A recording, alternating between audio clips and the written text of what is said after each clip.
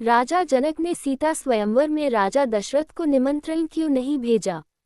जैसा कि हम सब जानते हैं कि राजा जनक एक प्रतापी महाराजा थे और साक्षात लक्ष्मी स्वरूपा सीता महाराज जनक को हल जोतते समय घट से प्राप्त हुई थी। राजा जनक ने अपनी पुत्री सीता का बड़ा ही दुलार के साथ लालन पोषण किया। राजा जनक के भवन में भगवान परशुराम जी के गुरु भगवान शिव का दिव्य धनुष रखा हुआ था। ये धनुष भगवान परशुराम ने राजा जनक के पूर्वजों के समय ही रखा था। भगवान परशुराम का ये शिव धनुष इतना भारी था कि इसको जनकपुर में देवी सीता के अतिरिक्त कोई भी हिला नहीं सकता था। इसलिए जब सीता विवाह योग्य हुई तो राजा जनक ने सीता के योग्य महान पराक्रमी वर का चयन करने के लिए यह प्रतिज्ञा की कि जो भी शिव धनुष को उठाकर उस पर प्रत्यंचा चढ़ा देगा उसी के साथ सीता का विवाह किया जाएगा। अतः राजा जनक ने सीता स्वयंवर के लिए आर्यावर्त के सभी राजा महाराजाओं व कुमारों को स्वयंवर का निमंत्रण भेजा, लेकिन अपने ही समीप के राज्य अयोध्या के महाराज दशरथ को सीता स्वयंवर के लिए निमंत्रण नहीं दिया गया। अतः प्रश्न उठता है कि क्या कारण रहा होगा कि राजा जनक ने महाराज दशरथ को सीता स्वयंवर के लिए निमंत्रण नहीं दिया। इसका मुख्य कारण शास्त्रों में इस प्रकार प्राप्त होता है कि एक बार एक युवक जिसका विवाह हुआ ही था, वह प्रथम बार अपने ससुराल अपनी पत्नी को लेने के लिए जा रहा था। जब वह मार्ग से जा रहा था तो उसने देखा कि मार्ग में एक जगह दलदल में एक गौमाता फंसी हुई थी। गौमाता दलदल में बुरी तरह से छटपटा रही थी।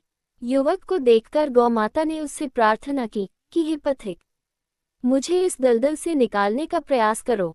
लेकिन वह युवक गौमाता की सहायता किए बगैर ही गौमाता की प्रार्थना को अनसुनी कर अपने ससुराल के रास्ते आगे बढ़ गया।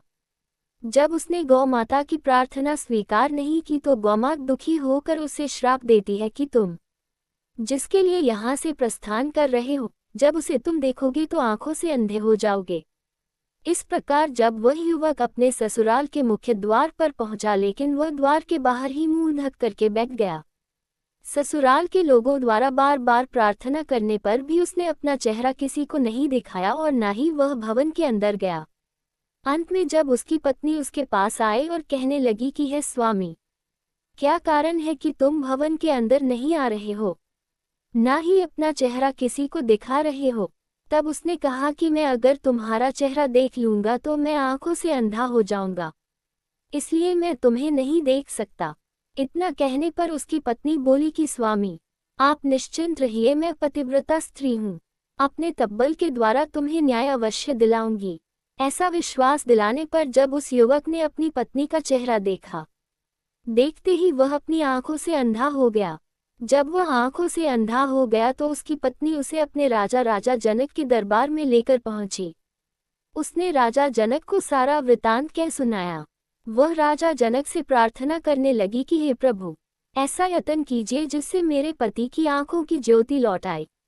जब राजा जनक ने उन दंपति की यह बात सुनी तो राजा जनक ने विचार विमर्श के लिए अपने राज्य के सभी विद्वान पंडितों की सभा बुलाई। सभी ने निष्कर्ष रूप में कहा कि यदि कोई सती पतिव्रता स्त्री चलनी में जल गंगा का जल लाकर इस युवक की आंखों के ऊपर जल डाले तो इसकी नेत्र ज्योति पुनः प्राप्त हो सकती है। तत्पश्चात राजा जनक ने अपने राज्य में ढिंढोरा पिटवा दिया कि हमारे राज्य में कोई भी सती स्त्री यदि चलनी में गंगाजल लाकर इस युवक के नेत्र पर जल डालेगी तो उसे हम पुरस्कृत करेंगे। लेकिन पूरी जनकपुरी में कोई स्त्री इस कार्य को करने के लिए तैयार नहीं हुई। तब राजा जनक ने आसपास के राज्यों में सती स्त्री की खोज कार्य प्रारंभ किया, लेकिन कोई भी स्त्री इस कार्य के लिए तैयार नहीं हुई। अंत में राजा जनक ने सती स्त्री की खोज करने के लिए अयोध्या में अपना दूत भेजा। दूत ने अयोध्या पहुंचकर सारा वृतांत महाराज दशरथ को कह सुनाया। तब राजा दशरथ ने अपने राजमहल में इस कार्य करने के लिए रानियों से विचार विमर्श किया। रानियों ने कहा कि महाराज, राजमहल की स्त्री तो क्या, ये कार्य तो हमारी राज्य की हर कोई स्त्री कर सकती है। यहाँ तक कि हमारे राजमहल में झाड़ू का काम करने वाली मेहतरानी भी इस कार्य को सरलता से कर सकती है। तब राजा दशरथ ने अपने नगर की सफाई करने वाली मेहतरानी को बुलाया और उससे कहा कि तुम राजा जनक के दरबार में जाकर चलनी में गंगा का जल भरकर अपनी पतिव्रता का प्रमाण दे सकती हो। तब नगर की सफाई करने वाली मेहतरानी ने इस कार्य के लिए अपनी स्वीकृति प्रदान की। तत्पश्चात राजा दशरथ के कहने पर वह मेहतरानी दूत के साथ राजा जनक के दरबार में पहुंचती है और राजा जनक के कहने पर चलनी लेकर के गंगा किनारे जाकर अपने पतिव्रता तप से चलनी में गंगा का जल भर लाती है। दरबार में ये दृश्य देखकर सभी दरबारियों को बड़ा आश्चर्य हुआ। तब उस मेहतरानी ने गंगाजल से उस युवक की आंखों पर छिड़काव किया। तत्काल उस युवक की आंखों में ज्योति प्रकट हो गई। राजा जनक ने मेहतरानी के सती धर्म की जय जयकार की। तत्पश्चात जब मेहतरानी राजा जनक के दरबार से विदा होने लगी, राजा जनक ने उससे अपना परिचय पूछा। उस सती ने कहा कि महाराज, मैं अयोध्या नरेश दशरथ के महल की सफाई करने वाली निम्न जाति में उत्पन्न मेहतरानी हूँ।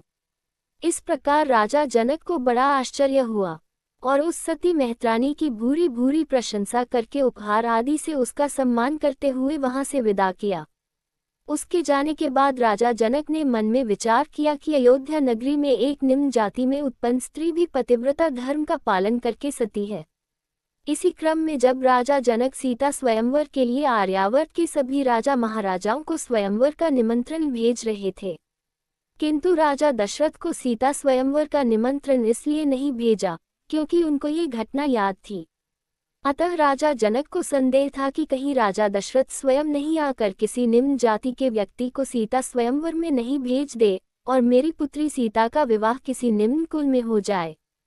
कहीं ऐसा ना हो कि महाराज दशरथ उस सती मेहतर रानी के पति को ही स्वयंवर में भेज दे, क्योंकि जब वह देवी इतनी शक्ति संपन्ना थी तो उसका पति तो और अधिक शक्ति संपन्न होगा। किंतु विधि का विधान तो पहले ही लिखा जा चुका था कि जनक दुलारी सीता का विवाह महाराज दशरथ के पुत्र श्री राम के साथ संपन्न होगा। सो विश्वामित्र के साथ भगवान श्री राम और लक्ष्मण जनकपुरी में जाकर श्री राम शिव धनुष को भंग करके सीता को वरण करते हैं। जय श्री राम।